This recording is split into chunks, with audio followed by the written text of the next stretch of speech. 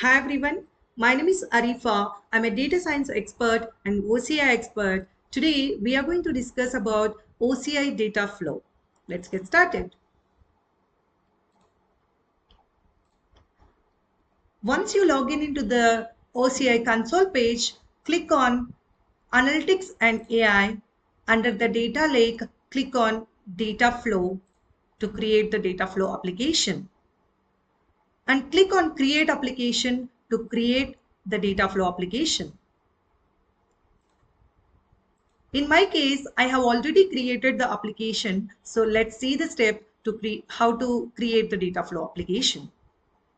Under the name, give the name of the data flow application. Under the description, give the description of the application, why you are creating the data flow application. Under the resource configuration, you have to choose your Spark version. Basically, data flow on the back end, it supports the Apache Spark. So you have to select what Spark application you wanted for your data flow creation. So in my case, I have selected Spark 3.5.0 application, which actually supports Scala 2.12, Python 3.11, Java 17, and Hadoop 3.3.4. Under the pool, you can select your pool. Basically, this option you will select when you are scheduling the data flow. If you want to schedule your data flow on so and so date and so and so time, then you will select this option. In my case, I'm not scheduling the data flow, so I am leaving this option as blank. Driver shape. Select the driver shape as VM standard E4 Flex. And you have to select the number of OCPUs and the memory. In my case, I'm selecting 2 OCPUs and 16 GB memory. Select your executor shape. This executor shape and the driver shape VM standard, this should be same. And driver shape is basically to run the data flow application. Executor shape is to execute the data flow application. So in general, executor shape will be more than your data flow driver shape. So here in my case, for both executor and driver shape, I have selected 2 OCPUs and 16 GB memory. Select the number of executors. In my case, I have selected 1 executor. Select the language that you are using. As I already said, the Spark data flow supports the Apache Spark application, and Apache Spark application supports 4 programming languages: Java, Python, SQL, and Scala. So in my case, I'm using Python programming language, so I chosen Python. Here you have to give your Python script file. So that script file, you have to store it in your data flow storage bucket or warehouse bucket. So in my case, data flow hyphen warehouse is a bucket that I have created for a data flow. And under that bucket, I have my Python script. So I have selected this Python script. So basically this Python script is to convert the CSV file into Parquet format. So that's why I have given CSV underscore to underscore Parquet .py file. Under the arguments, this is optional. You can give your input and output paths. So my input is basically here OCI : / your storage bucket name at the namespace of the bucket / your input file name.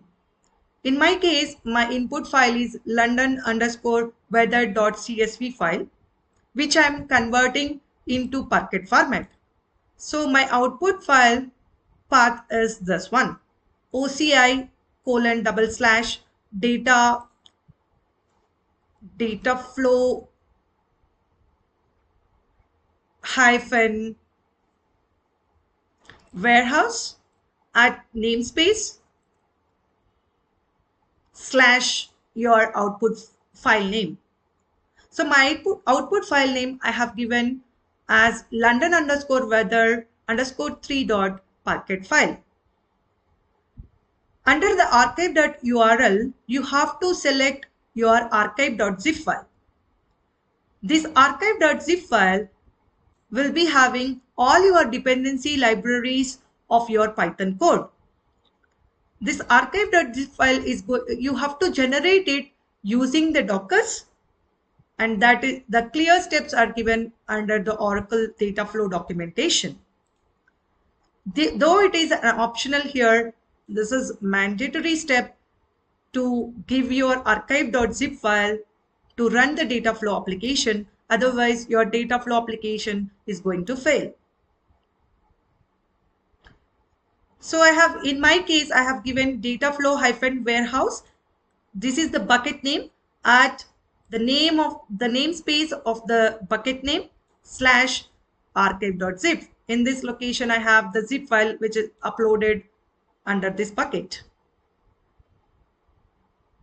Next is application log location. This is my log location. Dataflow-logs is my bucket name at namespace, the namespace of the bucket name. So once you create the application and run the application, it is going to generate the logs. So those logs you would be storing at a particular location, isn't it? So this is the location of my Dataflow for the logs purpose. Metastore and manage table location, these two are optional. In my case, I haven't created any Metastore or manage table, so I haven't chosen these options. And click on Save Changes. If you're creating it for the first time, you click on Create button. So once you create the Dataflow application, click on the Run button. So in the Run button, again, it will show you the driver shape and the executor shape. Select your driver shape and the executor shape and number of executor that you wanted to run your Dataflow application, and click on Run to run the application. So in my case, since I have already created the application, I'm clicking on Rerun button.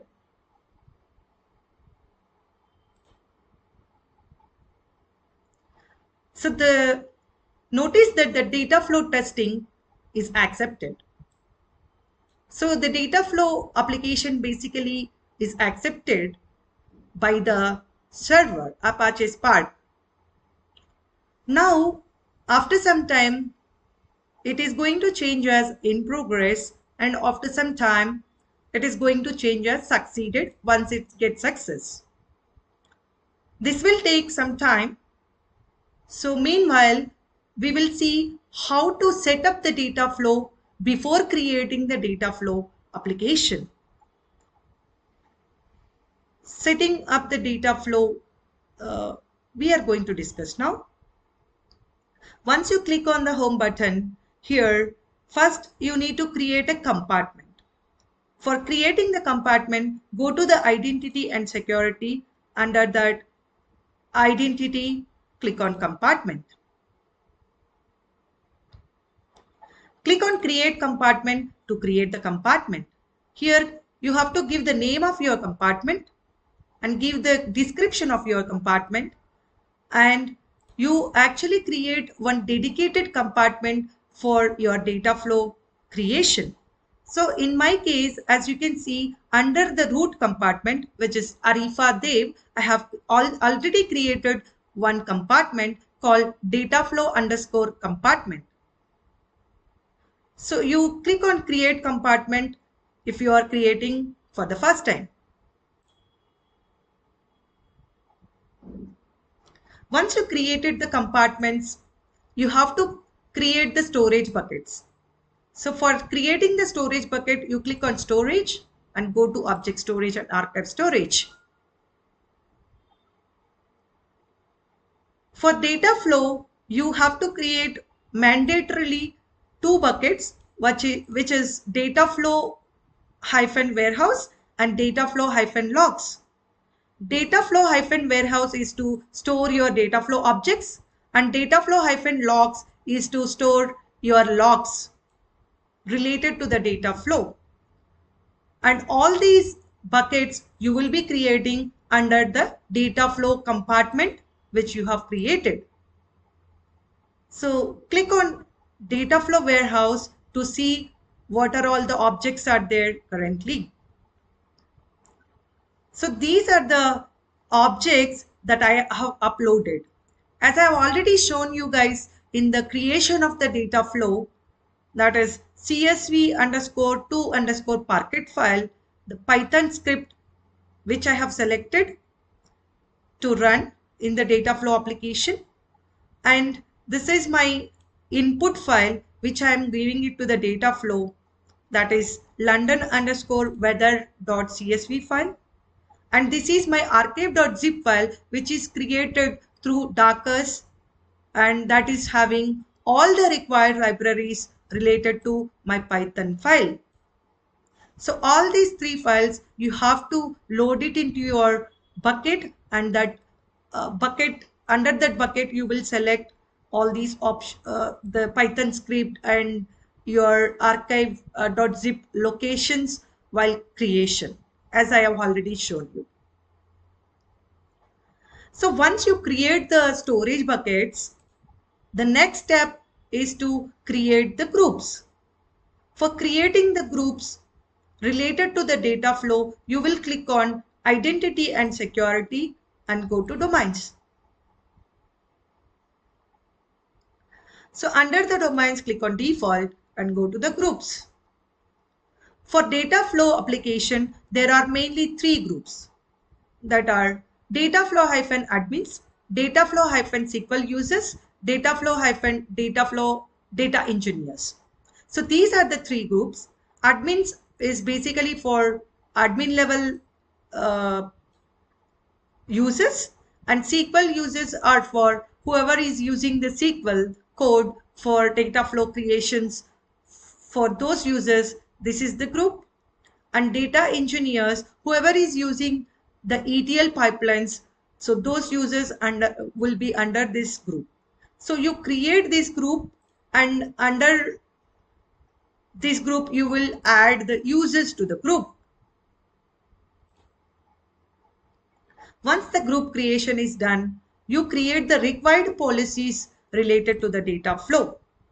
For creating the policies, you click on the Identity and Security and click on Policies. The policies are at the compartment level, not at the group level. So policies creation, you will be doing some at root level and some at data flow compartment level. We will see how many policies that we are creating at a root level. At a root level, we are going to create two policies. Those are data flow hyphen admin hyphen policy and data flow hyphen service hyphen level policy, service level policy. So these two policies you will create at the root level. And then at the compartment level, you will create again two. So those are data flow hyphen data hyphen engineers policy, and one more is SQL users policy. I'm not using that for now, so I haven't created it. As I'm using the Python code, I actually doesn't needed it, so I haven't created it. Let's go to the policies and we will see how the policies are created. We will see the steps. Once you click on policy, you will give the name of the policy, that is either the service level policy or admin level policy or SQL users, whatever. And you will give the description of the policy. And under the policy use case, you have to choose data flow. And under the common policy template, you will choose allow data flow service to perform common actions on behalf of users. This you will select for the service level policy, and let data flow admins perform common admin operations related to data flow service. This option you will select in case of data flow admins policy. Let data flow data engineers perform common data engineering options using data flow service. This option you will select for the data engineers policy. So we will see one example to know how we create the policies. Let's select admins per admin level policy for admin level policy. Once you click on the let admins perform common admins operations related to data flow service, you will get all the policy statements over here related to that policy. So all these policies, you can click on create button to create the policies, but before that make sure you are having your right compartment here. In my case, my compartment name is data flow underscore compartment other than hyphen compartment. So to edit the name of the data flow compartment or your namespaces, you will click on show manual editor. Here you will edit your data flow compartment name and click on create. Likewise, you will be doing for all the 4 policies.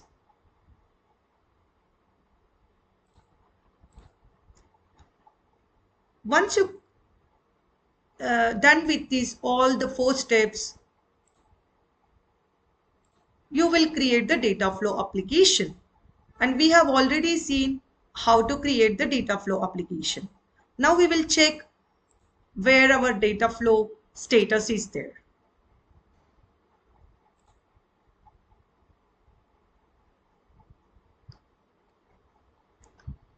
It is still in progress. Let's click on refresh button.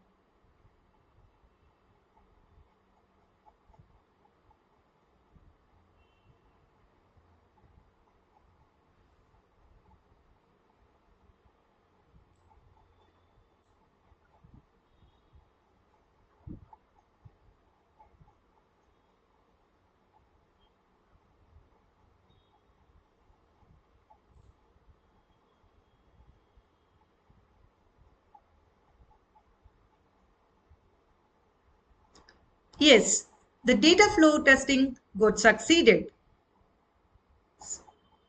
So we will see all these options now.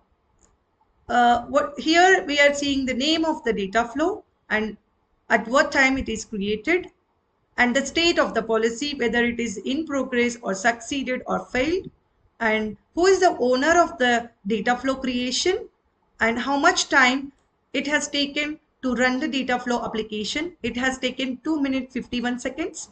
And how many OCPUs totally got assigned to the data flow, and how much data it has read through the data flow, how much data it has written back as an output. So this is the size of the output file which is created, 189.kb. In our case, we are converting the CSV file, the London weather file, into a Parquet format. So let's go and check whether our output file is created or not. To check the output file, go to the storage bucket. Under this object storage, go to the data flow hyphen warehouse bucket under the data flow compartment. Once you are there, yes, our output file is generated. So the London underscore weather dot Parquet file is generated, and this has got succeeded and it has created dot Parquet file, as you can see. You can click on download if you want to download.